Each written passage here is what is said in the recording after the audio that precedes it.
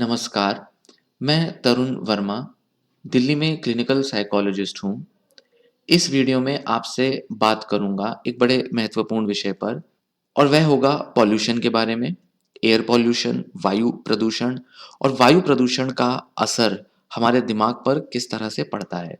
खासकर यहाँ पर जो बात होगी वो यंग लोगों के बारे में होगी, बच्चे और जो यूथ होते हैं उनके दिमाग पर क्या असर पड़ता है, इस बारे में बात करूँगा और बड़ा एक महत्वपूर्ण शोध के नज़रिए से आपसे एक विचार पर चर्चा करूँगा। एक शोध बताती है कि जो यंग पॉपुलेशन है, अगर उन्हें एयर पॉल्यूशन, वायु प्रदूषण से लंबे समय तक अगर एक्सपोज़र मिले, मतलब है उसका सामना करें, उनके फेफड़ों में, खून में और शरीर के अंदर अगर ये प्रदूषण जाए, तो इससे बड़ी उम्र में अल्ज़ाइमर डिसीज़ और पार्किंसन डिसीज़ होने के खतरे बढ़ जाते हैं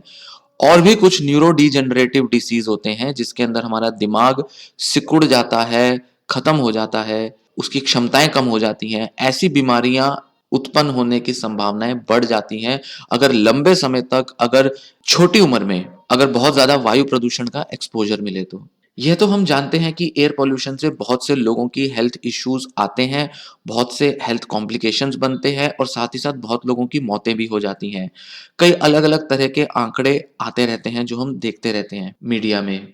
और वक़्त के साथ काफ़ी सारे पॉल्यूटेंट्स हैं, प्रदूषण फैलाने वाले ऐसे कण हैं, ऐसे केमिकल हैं, जो हमारे माहौल में काफ़ी बढ़ते जा रहे हैं। जैसे कि सल्फर डाइऑक्साइड, जिसका कि लोगों की हेल्थ पर बहुत ज़्यादा असर पड़ता है, ख़ासकर कि लंग्स की हेल्थ पर सीधा असर पड़ता है। हिंदुस्तान में जिस पॉल्यूटेंट का सबसे ज़्यादा असर पड़ता है और हिंदुस्तान जैसे और कई विकासशील देशों में जो सबसे ज़्यादा असर पड़ता है, वह होता है पार्टिकुलेट मैटर का। मतलब एयर पॉल्यूशन में, वायु प्रदूषण में गैसें और इनके अलावा बहुत छोटा-छोटा मैटर होता है, कण होते हैं, जिनको पार्टिकुलेट मैटर मतलब पीएम नाम से कहते हैं, वे होते हैं। सर्दियों में खासकर कि जैसे आजकल का समय चल रहा है, जब दिल्ली में बहुत ज़्यादा प्रदूषण बढ़ जाता है, हालाँकि जो कहते हैं कि पराली की वजह से ज़्यादा बढ़ जाता है, पर इसी के साथ ट्रैफ़िक का और दिवाली के समय में भी बहुत ज़्यादा जो पॉल्यूशन बढ़ जाता है, इससे पीएम लेवल में बहुत ज़्यादा बढ़ोतरी होती है और पीएम 2.5 और पीएम 10 जो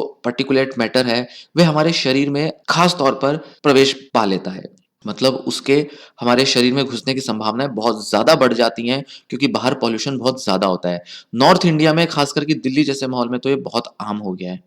हेल्थ इफ़ेक्ट्स क्या पड़ते हैं एयर पॉल्यूशन के? थोड़ा-सा हम उस बारे में जानते हैं, दिमाग पर आने वाले असर को जानने से पहले।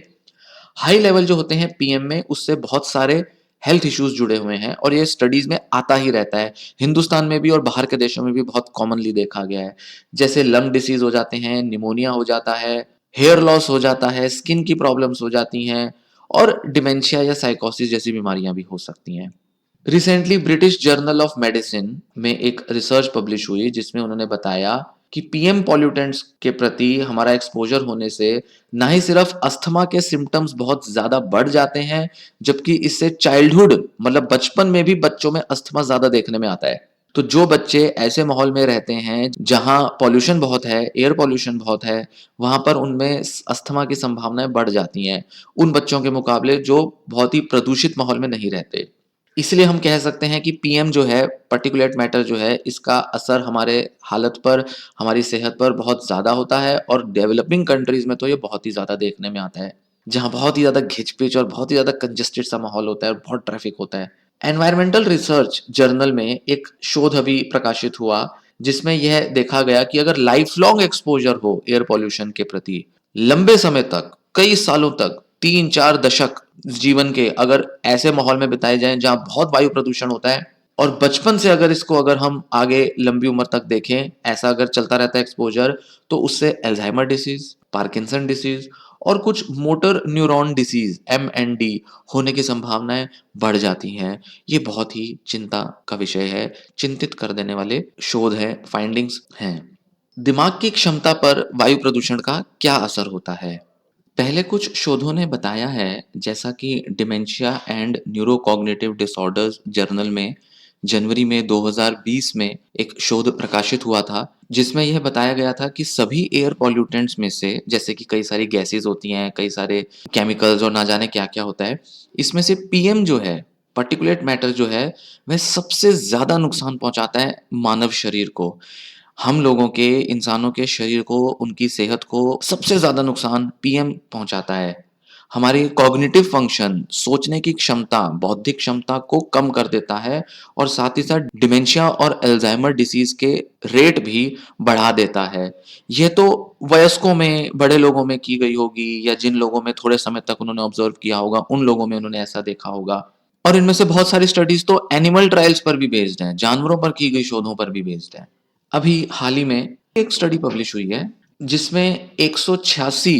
मेक्सिको सिटी के लोगों पर यह शोध की गई और इसमें 11 महीने के बच्चों से लेकर 27 साल के युवा जो लोग थे उन पर यह स्टडी की गई और स्पेसिफिकली इसमें यह देखा गया था कि ब्रेन के अंदर आने वाले क्या बदलाव होते हैं जो खासकर कि वायु प्रदूषण के प्रभाव की वजह से आते हैं। सिर्फ यही देखने के लिए यह शोध किया गया था कि क्या ब्रेन के अंदर कोई बीमारियां हो सकती हैं, क्या ब्रेन के अंदर बीमारियों का स्तर बढ़ जाता है, सिर्फ यही देखने के लिए स्टडी की गई थी। शोधकर्ताओं ने देखा कि जो फ्रंटल लोब या फ्रंटल कॉर्टेक्स है, जो कि हमारे माथे के पीछे का हिस्सा होता है, अंदर का हिस्सा होता है जहां दिमाग का, उस हिस्से में जो नैनो पार्टिकल्स थे उनकी कंसंट्रेशन ज्यादा मिली। दिमाग के इस हिस्से में नैनो पार्टिकल्स मतलब बहुत छोटे छोटे कण जो होते हैं उनकी कंसंट्रेशन मतलब उनका स्तर ज्यादा मिला दिमाग के अंदर, ऐसा उन्होंने देखा। खासकर कि आयरन, लोहे के कण वहां पर ज्यादा मिले लोगों में, जो कि व्हीकल्स होते हैं, जो अलग अलग यातायात के साधन होते हैं, गाड़ियां होती हैं, स्कूटर, बाइक, ये सब होते हैं, इनसे निकलते हैं, इनके धुएं से निकलते हैं। तो इनके धुएं से निकलने वाले बहुत छोटे छोटे कण जो कि इन वजहों से निकलते हैं, गाड़ियों के पेट्रोल या डीजल इनकी खपत से निकलते हैं। साथ ही साथ नैनो पार्टिकल्स और ये वाले पार्टिकल्स जिसमें आयरन शामिल था, लोहे के छोटे छोटे बारीक से कण थे, वो दिमाग के आगे वाले हिस्से में मिले और ये हिस्सा जो होता है ये हमारी हायर थिंकिंग के लिए रिस्पॉन्सिबल होता है। इन्होंने ये भी देखा रिसर्चर्स ने कि जो यंग पार्टिसिपेंट्स थे, मतलब ये जो सारे बच्चे ही हैं देखा जाए तो, इनके ब्रेन स्टेम में जो दिमाग के पीछे, हमारे गर्दन के पीछे के हिस्से में ब्रेन स्टेम होती है, जो हमारी स्पाइनल कॉर्ड, रीढ़ के हड्डी के अंदर जो दिमाग का जो स्पाइनल कॉर्ड जाती है उससे जुड़ा हुआ हिस्सा होता है, दिमाग और स्पाइनल कॉर्ड को जोड़ने वाला हिस्सा होता है ब्रेन स्टेम। उस हिस्से में एल्यूमिनियम और टाइटेनियम के नैनो पार्टिकल्स भी मिले, ज्यादा मिले इन यंग बच्चों में, लोगों में। जो ब्रेन स्टेम्स होती हैं अगर उनमें बहुत ज्यादा पीएम हो तो उनसे बहुत धीरे धीरे धीरे होने वाला जो ब्रेन को जो डैमेज है वो होता है और इसमें बहुत सारे अर्ली साइंस भी दिख सकते हैं, लक्षण भी दिख सकते हैं अक्सर जब ब्रेन स्टेम के अंदर किसी तरीके का कोई पॉल्यूटेंट जाता है, मतलब किसी ना किसी तरीके से वो रुकावट डालता है दिमाग की काम करने की क्षमता में। तो शोधकर्ताओं का कहना है कि ये जो बहुत छोटे छोटे पार्टिकल्स हैं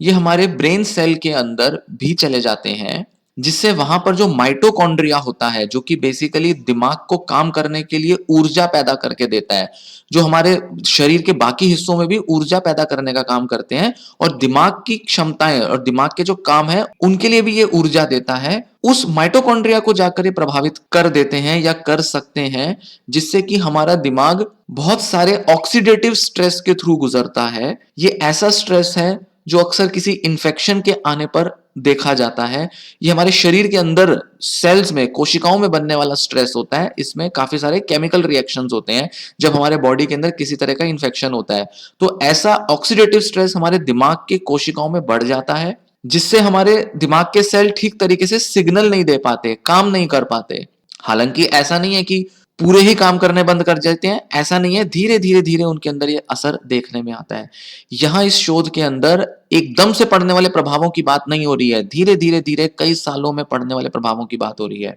फिर इससे क्या होता है, प्रोटीन सिंथेसिस इफेक्ट हो जाती है, एबनॉर्मल हो जाती है। जो प्रोटीन हमारे शरीर के दिमाग के काम करने के लिए जरूरी होते हैं वो बनने बंद हो जाते हैं और इसके साथ ही हमारे जो न्यूरॉन्स हैं वे भी सड़ जाते हैं, मर जाते हैं, उनकी बहुत जल्दी डेथ हो जाती है। तो बहुत घातक प्रभाव पड़ते हैं एयर पॉल्यूशन के हमारे दिमाग पर।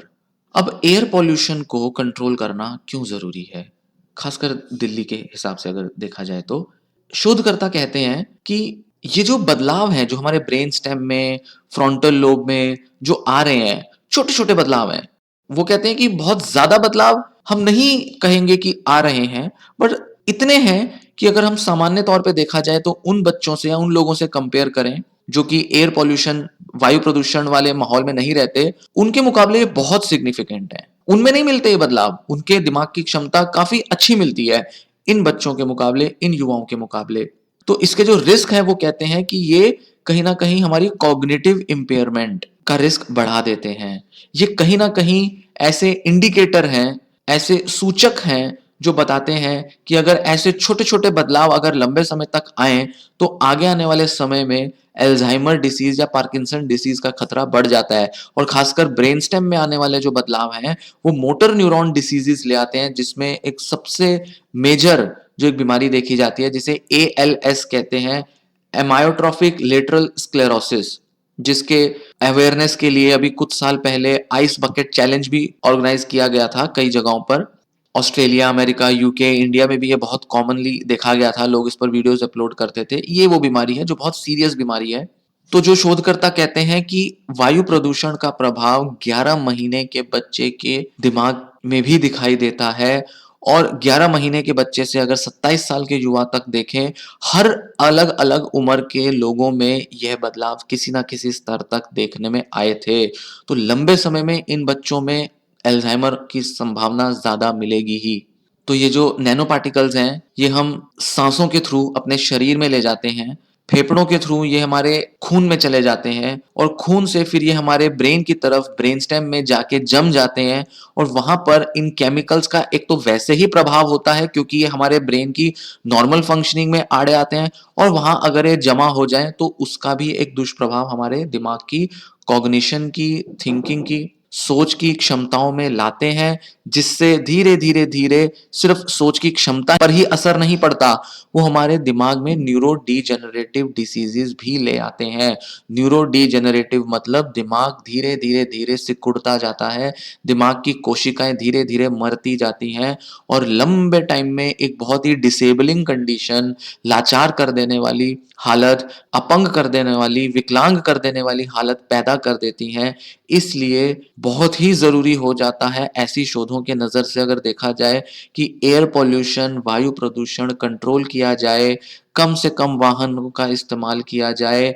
ये जो पराली है इसका इशू तो क्या रिजॉल्व है, कब रिजॉल्व होगा कह नहीं सकते, पर इसको भी कम किया जाए, पटाखे कम से कम फोड़े जाएं अलग अलग सेलिब्रेशंस पर, खासकर कि दिवाली के माहौल में जो कि उसी महीने में अक्सर पड़ती है जब ये पराली का प्रदूषण बहुत ज्यादा होता है दिल्ली में, और दिल्ली के अलावा कुछ दूसरे आसपास के इलाकों में जैसे हरियाणा, पंजाब और उत्तर प्रदेश और राजस्थान में। तो ये बहुत ज्यादा सतर्क करने वाली खोजें हैं, बहुत ज्यादा चिंता देने वाली रिसर्चेस भी हैं ये। और हमें समझना पड़ेगा अगर दिमाग की क्षमता कम रहेगी तो उसके लाइफ पे हर जगह प्रभाव देखने में आएंगे।